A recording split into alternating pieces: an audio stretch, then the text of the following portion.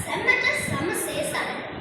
හැම මිනිසෙකුටම එක සමානව සැලකීම කතා කළ යුතු පොත්පත් කළ යුතු මාතෘකාවක් කියලා මම නම් හිතන්නේ. ඇත්තටම ඒක ශිෂ්ට සම්පන්න සමාජයක මූලික පදනමක්. අපි හැමෝම කැමති සතුටින් ඉන්න. නාමයෙන් අතරින් ලබන්න පිළිගැනීම ගන්න. නමුත් ආගම, ජාතිය, කුලය වර්ණය නිසා මේ මොහොතේදී දුකේ කොතනක හෝ මිනිසෙක් වේදනාවෙන් කලකිරීමෙන් ඉන්නවා. මට තේරෙලා දැන තියෙනවා. ඔබට එසේම දැනෙන්නේ කියලා මම විශ්වාස කරනවා.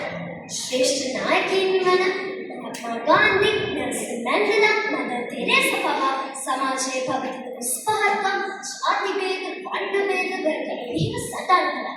අදහස් කළ කළා. ඒ විතරක් නෙමෙයි බුදුරජාණන් වහන්සේ පවා තුරුකාවේට ගැලපෙන දෙයක් දේශනා කළා. කෙනෙක් උසුව පහත් වෙන්නේ කුලයෙන් හෝ ආගමෙන් නොව ඔවුන් කරන ක්‍රියාවෙන් පමණයි කියලා. කුමක් හෝ කාරණයක් නිසා කෙනෙකුගේ හිත රිදවීම අපි හිතනවට වඩා දරුණු වෙන්න පුළුවන්. ඒ වගේ හිත රිදවීම නිසා ලෝකයක් සමග වෛරයක් ඇති කරගන්න මිනිස්සු වෙන යහරයි.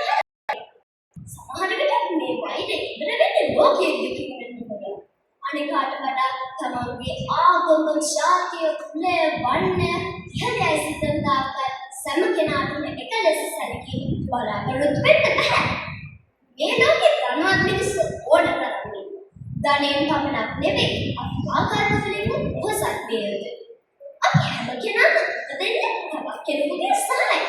මරණයෙන් පසු අවසන් ගමන යන්නේ තව කෙනෙකුගේ සහාය. එහෙමනම් ඇයි අපි අතට වෙනස්කම? අපි හැමෝම එක දෙයකට. ඒ මනුස්ස කුලේ නෙමෙයිද?